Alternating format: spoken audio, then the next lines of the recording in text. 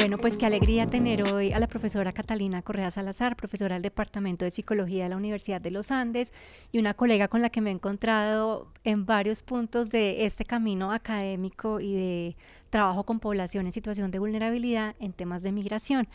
Y la he invitado a nuestra segunda temporada y nuestro primer episodio de esta temporada del video podcast de todas partes del Centro de Estudios de Migración, porque Catalina y yo tenemos un tema en común que hemos venido encontrando y es preocuparnos por la situación de las personas que tienen que pasar por una deportación. Una deportación, entendiendo por esto, una decisión que toma un Estado donde se encuentra una persona extranjera o migrante y que es obligada, no por su voluntad, sino por la decisión de ese Estado, de retornar a su país o a uno que la acoja, y es finalmente una decisión que obliga a esa persona a retornar de manera además urgente, intempestiva, y que es una decisión que muchas veces tiene pocos recursos o mecanismos legales para lidiar con ella, pero sobre todo porque supone, por ejemplo, cosas como el fraccionamiento de la unidad familiar, perder tus redes de amistad, tus redes familiares, perder tu trabajo, perder tus ingresos, perder el entorno que has venido construyendo en tu proceso de emigrar hacia otro lado y empezar una nueva vida en ese lugar. Es decir, muchas cosas se rompen y es el inicio de otras volviendo a ese lugar que de pronto has tenido que dejar de manera forzada, que no fue tu decisión. Es un lugar que puede ser tu lugar de nacimiento, pero no necesariamente el lugar donde quieres estar, porque pensemos que una persona que es deportada, por ejemplo, ha dejado su país por persecución, por razones políticas, por identidad de género, por el partido político al que pertenece, porque donde está no tiene acceso a medicamentos, a tratamiento en salud, digamos, hay tantas razones que obligan a la gente, por la pobreza, por la exclusión, por la discriminación, hay tantas razones que empujan a la gente a salir de su país, que intenta arrancar de cero en otro lugar con todo lo que eso significa, y finalmente una deportación, que es una decisión que no está en sus manos y que muchas veces tiene que asumir de esa manera, le obliga a renegociar sus condiciones de vida y su proyecto de vida en un lugar pues que tal vez no esperaba, que no es el que quería, y trunca ese proyecto de vida para esa persona. Y yo he querido siempre hablar de esto porque primero es un tema en el que yo trabajo, pero es muy solitario, pocas personas se dedican, por lo menos en el contexto colombiano, al tema de deportaciones. Quiero decir además que es un tema que es difícil desde el ámbito del derecho, que es el que yo conozco, litigar, porque a veces litigar casos de personas deportadas te pone en un lugar como, ¿y por qué litigas estos casos? Porque el deportado finalmente carga con un estigma detrás, que es la persona no deseada, la persona grata, y sobre la que pesa esta idea de quién sabe qué hizo y por qué es deportada. Es decir, se asocia a la persona deportada con algo negativo, algo que no debe haber hecho y por algo lo habrán sacado de ese país. Entonces, ponerse al frente de la defensa de los derechos de esta población de entrada también genera unos rechazos, señalamientos para las personas que hacemos ese trabajo. Entonces, creo que es un trabajo valiente, es un trabajo escaso, y he encontrado que Catalina, desde otras áreas, desde otras miradas, también se ocupa y se preocupa por la situación de esta población. Entonces yo la he querido invitar a esta conversación porque, si bien esto es un podcast o un video podcast que se enfoca en los temas legales, en esta segunda temporada hemos querido mirar la manera como desde el derecho se litigan temas, casos de personas migrantes, refugiadas, retornadas, pero también mirarlo en diálogo con otras disciplinas y cómo esas otras disciplinas incluso nos pueden ayudar desde el derecho a entender de mejor manera la situación de las personas que estamos representando. Y entonces, dicho este contexto, una de las cosas que a mí principalmente me interesa conocer es cuáles son los impactos, las afectaciones que la situación de deportación que enfrenta una persona migrante o refugiada, si este retorno forzoso, le implica para su vida, para su entorno familiar, para su salud mental, para su salud emocional y para su salud física. Y yo entiendo que tú en tu trabajo académico has hecho un montón ya de investigación al respecto, tienes datos súper interesantes y hallazgos que a mí me gustaría que pudieras compartir con nuestra audiencia, un poco pensando en cómo podemos entender mejor qué supone una deportación para una persona y por qué sería importante que conociéramos cosas como estas. Entonces, en primer lugar, agradecerte por haber aceptado esta invitación, y entonces lo que yo primero quisiera preguntarte es que nos cuentes un poco quién eres tú, cuál es tu trabajo y cómo aterrizaste en este tema de las deportaciones. Bienvenida. Gracias, Caro. Bueno, primero que todo, gracias por la invitación, gracias por poner este tema en conversación que es muy, muy importante. Yo soy Catalina Correa. Soy, como tú lo dijiste, profesora del Departamento de Psicología de la Universidad de los Andes. Y bueno, yo llevo ya lo que van a ser 8 años largos trabajando en temas de migración, migración forzada y con personas refugiadas en diferentes países y diferentes contextos de las Américas, ¿no? Desde en Estados Unidos, en México, sobre todo en Colombia y Venezuela. Y yo aterrizo en el tema de las deportaciones por casualidad. Porque a mí me llaman de la Embajada de Estados Unidos hace unos años, no en este clima político, y me proponen hacer un proyecto que rastree cuáles son como los motivos de migración irregular de colombianos a Estados Unidos, viendo que este flujo ha aumentado un montón. Y lo que terminamos planteando fue como rastrear los motivos que empujan a los migrantes irregulares a salir de Colombia en ese momento con rumbo al norte, pero también comenzar a rastrear cómo están los perfiles de salud de los diferentes grupos de personas que migran en ese circuito norte-sur, en diferentes etapas del ciclo migratorio, entendiendo que hay unos premigrantes que tienen la intención de salir, hay unas personas en tránsito que van de un lugar a otro, hay unas personas relocalizadas o reasentadas en diferentes lugares, sobre todo México y Estados Unidos, y hay pues unos deportados que son devueltos o deportados dentro de la literatura de migración, que además nos vamos a enterar cuando comenzamos a hacer el trabajo ya como de profundizar en la literatura y con la población, que no hay datos de los deportados colombianos en absoluto. Quizás Migración Colombia tiene algunos números, pero no hay nada más. No se sabe quiénes son, por qué se fueron, de dónde vienen, qué les pasa, cómo llegan, por qué motivos los deportan, más allá de estar como indocumentados en Estados Unidos, o pues reasentados de manera irregular. Entonces nosotras, porque somos un equipo conformado por psicólogas, comenzamos a buscar cómo acercarnos a esa población y cómo comenzar a construir una base de datos que nos diga no solamente qué les hizo salir de Colombia, sino cuáles son como los factores que sienten que han impactado su salud a lo largo del ciclo migratorio y sobre todo en esa fase de la deportación. Y además, pues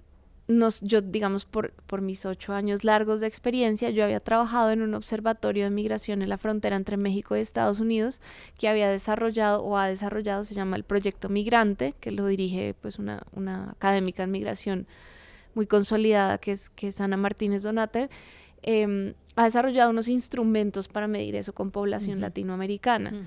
Y con población centroamericana que pasa a lo largo de la frontera México-Estados Unidos y que es deportada. Entonces lo que nosotros hicimos fue coger esos instrumentos, adaptarlos y buscar la manera de aplicarlos acá con población colombiana deportada, y así pues terminamos generando como la primera base de datos estructurada pues en temas de salud mental y salud física de deportados,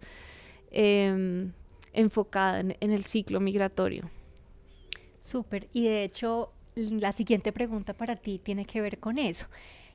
Quiero antes hacer como retomar algo de lo que decías, y es la opacidad y la ausencia de los datos. Creo que un poco por lo que yo decía al comienzo, o sea, no hay información, y es un tema que suele ser muy opaco, muy oculto, la información muy cuidada, y uno nunca sabe de quién se trata esto. Y dices algo muy importante, y es que en otros contextos sí se ha producido mucho conocimiento, hay producción académica, hay publicaciones, hay proyectos de investigación, y lo que pasa en la frontera sur de los Estados Unidos con la población mexicana y centroamericana, pues hay muchos datos sobre las personas deportadas, sus afectaciones, pero que además las deportan una vez y vuelven a cruzar, es decir, que han incluso experimentado 2, 3 deportaciones, es decir, allí hay un montón de conocimiento que se ha acumulado en el último tiempo, pues precisamente porque hay una frontera que genera un contexto. El caso colombiano, pues parecía que eso no nos tocaba a nosotros, pero de nuevo, una cosa que hay que decir acá, las deportaciones no son un fenómeno nuevo ni de la segunda administración de Donald Trump. No. Esto es un fenómeno que ha existido siempre. De hecho, la deportación es algo que está muy amarrado y es intrínseco a la idea misma de cómo se gestionan las migraciones por parte de los países, y es un uso extendido y muy intenso por parte de todos los países en el mundo. Yo creo que eso hay que decirlo claramente, no es como aquí no deportamos, o sea, Colombia también deporta ciudadanos de otras nacionalidades, y es un instrumento que se usa de muchas maneras. Tú decías que haciendo esa investigación pudiste mirar como estos grupos, y una cosa que a mí me interesa mucho conocer y que sé que la has hecho es comparar la situación de las personas, lo que tú llamas la situación de premigración, o sea, antes de cuando decido migrar y no lo he hecho, y cuando he tenido que retornar de una manera forzada, como ocurre con la deportación. Entonces, creo que sería muy valioso si nos pudieras contar en qué consisten esos dos momentos y cuáles son los hallazgos que has tenido en uno y otro caso, y dónde son las diferencias más notables, y por qué sería importante que conociéramos cosas como esas. Es decir, cuando tú produces este conocimiento y esta información, ¿eso a qué nos ayuda o qué nos ofrece en términos de la comprensión de las migraciones? Bueno, en el caso colombiano, casi como nos estábamos enfrentando un poco a un panorama completamente nuevo, nos tocó, que creo que es algo muy importante para entender los resultados que te puedo describir, ser muy creativos en la manera de reclutar a los participantes y de invitarles como a responder nuestras encuestas. Uno, porque hay mucha sospecha alrededor del tema migratorio, entonces, ¿usted por qué quiere esta información? ¿A quién le estoy dando mis datos? Yo no voy a revelar que voy a migrar irregularmente porque pues me van a atrapar, ¿sí? Y en el caso de los deportados, por algo que tú mencionas también, que es el tema del estigma. Entonces, yo no quiero que pues me reconozcan como una persona deportada, porque pues voy a ser como reestigmatizada más de lo traumático que fue como todo el proceso de desarraigo. Entonces, yo, digamos, quisiera como ahí hacer una salvedad, y es los datos poblacionales quizás en esas medidas no son, hay que tomar la comparación como con un grano de sal, ¿no? Como se dice. Los premigrantes que nosotros encontramos en Colombia que tienen la intención de migrar de manera irregular es una población mucho más educada, es una población que ya tiene, por ejemplo, una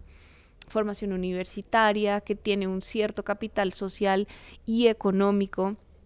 Incluso si van a migrar irregularmente, son personas que han acumulado un capital, que tienen un pasado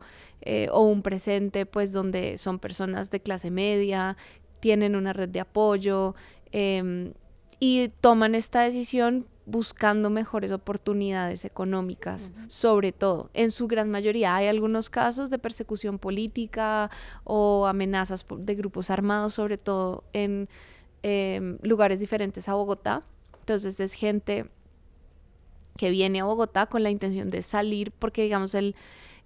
como está ocurriendo es que los colombianos no necesariamente hacían parte de estos flujos que vimos tanto por el Darién o que vimos por San Andrés, sino que los colombianos lo que hacían era volar a México o volar a algún país de Centroamérica y de allí tomar la ruta al norte, ¿no? Buscando cruzar la frontera de manera irregular. Los deportados, en cambio, son personas que reportaban un mucho menor nivel socioeconómico, menor capital social, muchos más dependientes, y muchas más experiencias de violencia acumuladas, tanto en la premigración como en el tránsito. Entonces estas además son personas que ya pues tenían transcurrido un tiempo mayor a un año en Estados Unidos, no eran recién llegadas, y son personas que, digamos, tenían una intención muy clara también de ir a buscar mejores oportunidades económicas, pero con un capital social y económico mucho menor que los premigrantes que estábamos viendo cuando los picos estaban tan altos hace quizás 3 años o 4 años. Y pues, digamos, eso en términos de salud mental impone unas presiones importantes o unos determinantes, que es lo que nosotros llamamos determinantes sociales de la salud, y en este caso de la salud mental, en donde se imponen unas presiones que afectan la salud mental y física de las personas con base en esas condiciones en las que les toca vivir. Entonces, sabemos, por ejemplo, que mayores condiciones de pobreza o de violencia pues afectan de manera determinante tu salud mental o incluso tu salud cognitiva y cerebral,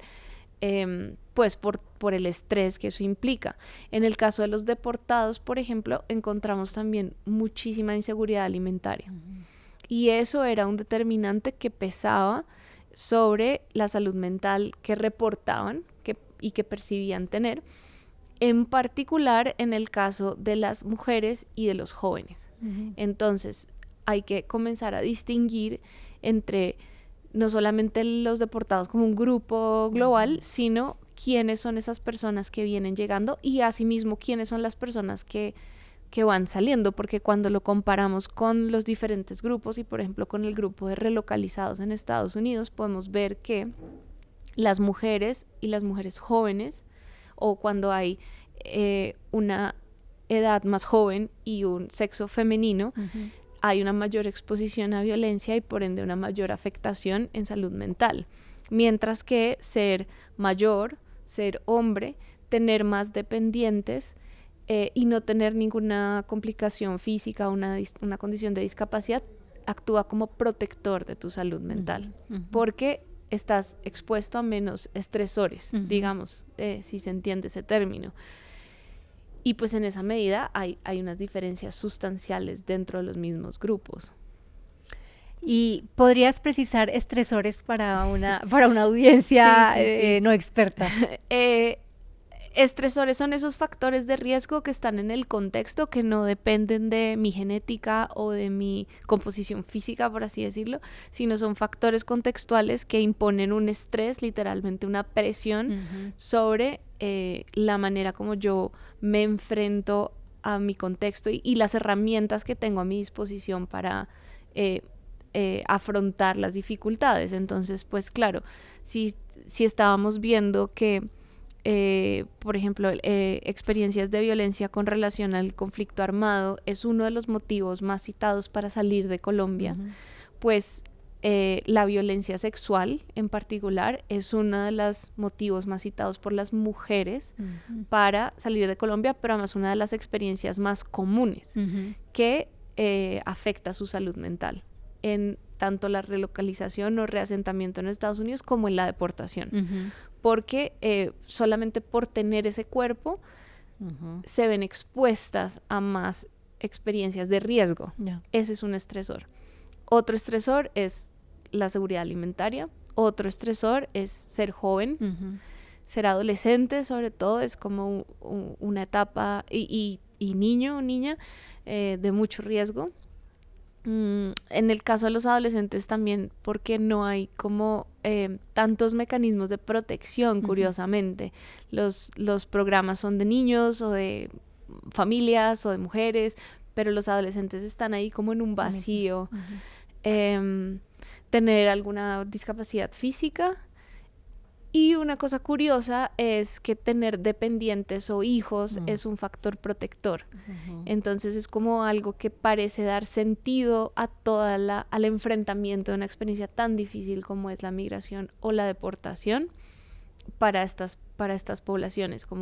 Es como una razón de someterse a todo ese estrés. Pero cuando no la tienes, entonces el estrés es aún mayor. Claro. Porque está el cuestionamiento de yo, ¿por qué estoy haciendo esto? Claro. ¿No? Como cuál es mi razón. Y en esa medida, pues la salud mental se ve más afectada. Dices algo muy importante, bueno, todo es muy importante, pero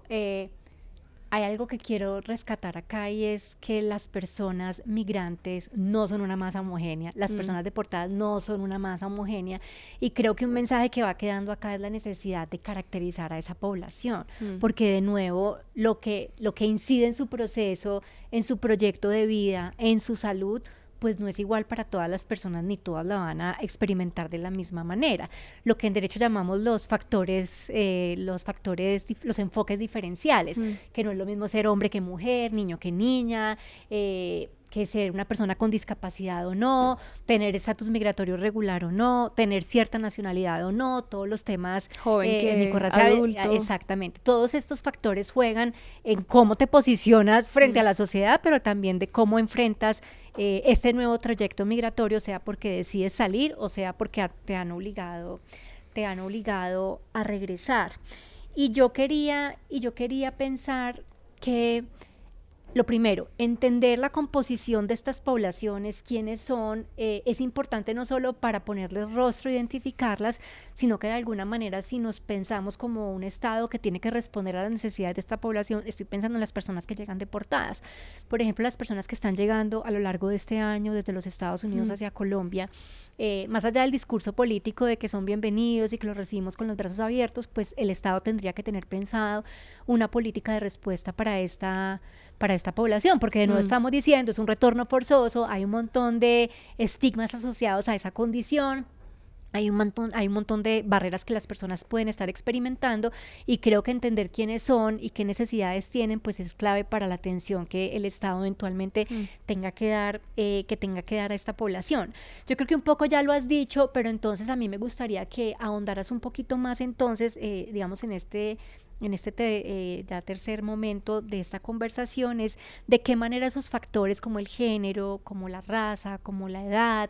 como la orientación sexual, la identidad de género, todos estos factores, el origen nacional, la clase, has mencionado mucho el tema de la clase, que puedes tener o no redes sociales, un capital social, es ser una persona que ha ido a una educación o que tiene unas herramientas para ejercer un oficio, una profesión determinada, creo que marca mucho la diferencia en qué mundo y en qué espacios te puedes ir a mover a ese otro lugar, o cuando regresas de manera forzada. Es decir, cómo esos factores de lo que yo soy, que muchas veces no elegí, o sea, yo no elegí tener el cabello de determinada manera, el color de piel de determinada manera, hablar español o hablar inglés, que mi nacionalidad de mi pasaporte sea uno u otro, esos factores que no escogemos, que son los que nos tocaron, pero son los que con los que estamos jugando en cómo se barajan las cartas, por decirlo así, pues tiene un impacto clarísimo en ese proyecto migratorio, sea de ida o sea de regreso, y me interesa especialmente el de regreso. Entonces, ¿cómo podemos ahondar un poquito más entonces en cuáles son las consecuencias que estas características o particularidades de las personas tienen en su proyecto de vida, y sobre todo si entendemos eso cómo le suma a la comprensión sobre la situación de las personas deportadas? ¿Qué nos podrías contar ahí? Pues yo creo que hay como dos cosas súper importantes que hay que entender en esto como del ciclo migratorio y en particular de las personas deportadas, y es, hay una cosa que es el efecto acumulado que las personas suman a lo largo de todo ese ciclo. Entonces, si bien yo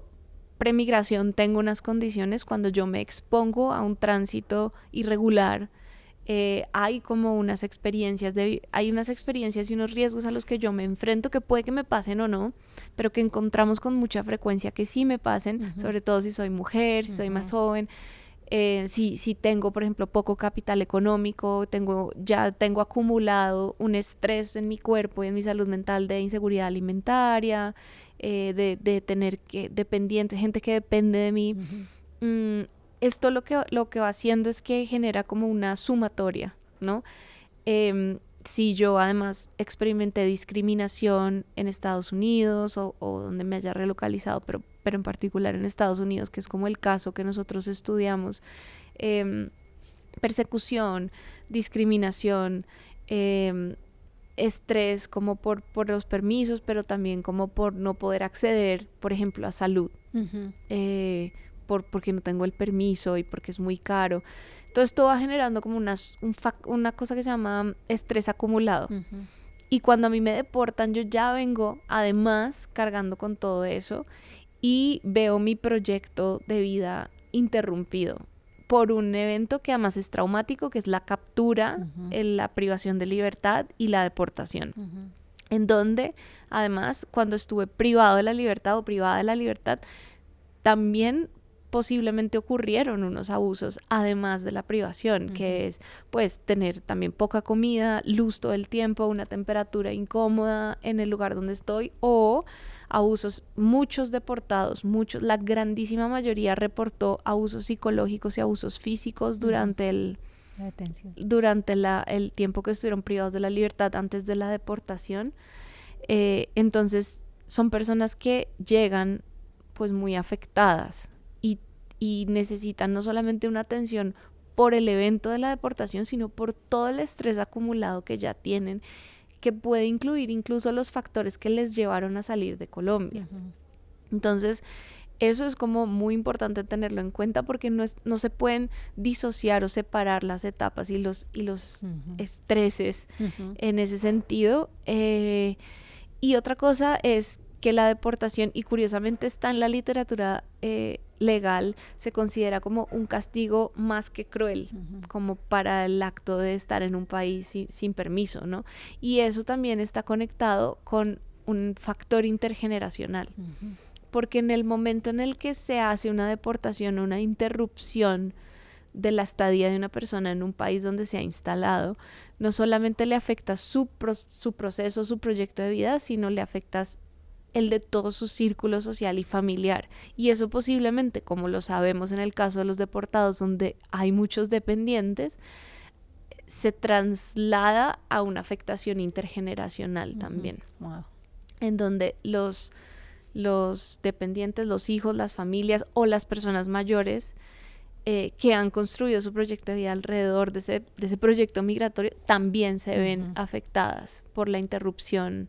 de la estadía de una persona en ese lugar, y también ven afectadas sus posibilidades económicas, sus posibilidades físicas, su salud mental. Entonces de eso sí hay mucha literatura, sobre todo en Estados Unidos, de estas generaciones de hijos e hijas que nacen de migrantes irregulares que se ven muy afectados en su salud mental por la deportación, y son niños y niñas que viven con unos niveles altísimos de ansiedad, de depresión, de estrés postraumático, de hipervigilancia, y eso comienza a afectar también, por ejemplo, su desempeño académico, su salud física. Comienzan a presentar problemas gastrointestinales, problemas autoinmunes, todo asociado al estrés de manejar una deportación. Y pues ahí ya necesitas pensar en una intervención o en una forma de atención y contención, no solamente para esa generación que se ve deportada, que se ve afectada por el fenómeno, sino, claro, para sus, quizás, por ejemplo, personas mayores o personas menores. Y ahí ya tienes una afectación intergeneracional de por lo menos 2 generaciones, por lo menos.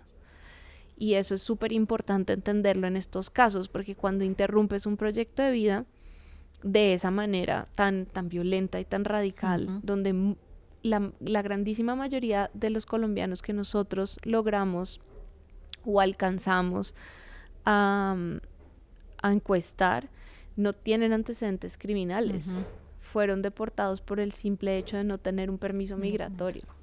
Entonces ahí el Estado también tendría que pensarse intergeneracionalmente cuál es la mejor manera para apoyar a estas poblaciones, y obviamente con el enfoque interseccional, ¿no? Entonces no es lo mismo si te deportan siendo una mujer que siendo un hombre. Ya sabemos que ser hombre, ser mayor es protector para la salud mental, pero ser mujer y ser un poco más joven no, y eso pues lo podemos entender perfectamente en un contexto como el colombiano, donde las mujeres somos más precarizadas, nos pagan menos, es más difícil conseguir un trabajo estable, tenemos unas responsabilidades de cuidado. Sí, exacto. Mucho más grandes. Entonces, pues claro, todo eso necesita pensarse desde la complejidad un poco de los fenómenos y no simplemente en los números, que es lo que hay, ¿no? Entonces, pues sí, ha subido el número de deportaciones, bueno, pero ¿quiénes son esas personas? ¿Cuáles son sus experiencias? ¿Qué les ha pasado? ¿Cuáles son sus perfiles de salud física, de salud mental? ¿De dónde vienen? ¿Qué estrés acumulado traen? Porque además, claro, todo eso nos va a impactar a nosotros como sociedad. Yo creo que me salen 200 preguntas, no vamos a alcanzar a hacer eso, pero entonces yo quiero retomar por lo menos de esta primera conversación contigo, Cata, y muchas gracias por todo esto que estás diciendo, porque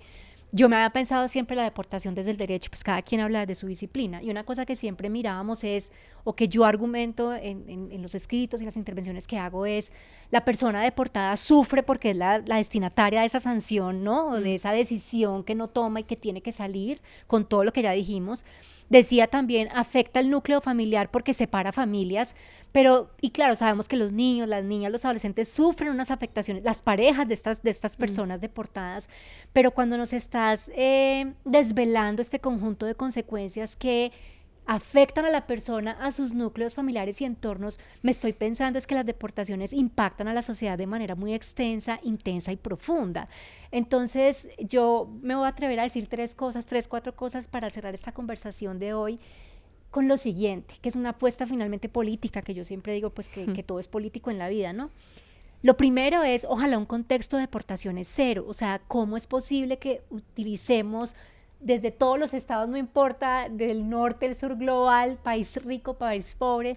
usan las deportaciones como un mecanismo de filtro para estos migrantes no gratos, los que son una carga, los que no queremos, ¿cierto? Lo segundo, sabiendo que es difícil un contexto de deportación cero, creo que es importante retornar a la humanización de las personas migrantes. O sea, creo que degradarlas de esta manera, asociándolas con criminalidad solo porque no tienen un documento para estar de forma regular en un país, es perverso, pero además esta idea está creciendo de manera muy peligrosa en la región por la influencia que los Estados Unidos tiene en el hemisferio. Y una de las cosas que más me ha impactado de lo que has contado es el impacto intergeneracional, es decir, saber que no solo no elijo tantos factores de mi vida, pero que además algo que le ha pasado a mi mamá, o que le ha pasado a mi papá, o que le ha pasado a mis abuelos, me va a afectar en la forma como yo estoy en mi vida y tengo mi proyecto de vida, me cuestiona un montón. O sea, creo que estamos encontrando un montón de consecuencias que en el derecho ni siquiera nos habíamos imaginado, y creo que esos argumentos para traerlo al litigio de estos casos va a ser tremendamente valioso. O sea, que vas a ser una voz experta también para el derecho. Creo que finalmente me quedan muchas preguntas que, como digo, no vamos a responder acá, pero creo que me consolido en una convicción de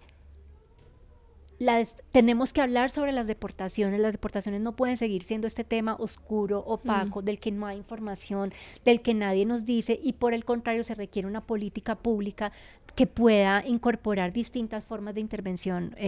con esta población, porque sabemos que no solamente está siendo afectada esa persona en lo individual, sino también en su contexto familiar y en su contexto social. De alguna manera las deportaciones de nuestros nacionales nos terminan afectando también pues como sociedad y como país, diría yo, de esta conversación. Creo que son muchas las preguntas que quedan, las tendremos tiempo para seguirlas proponiendo en el camino,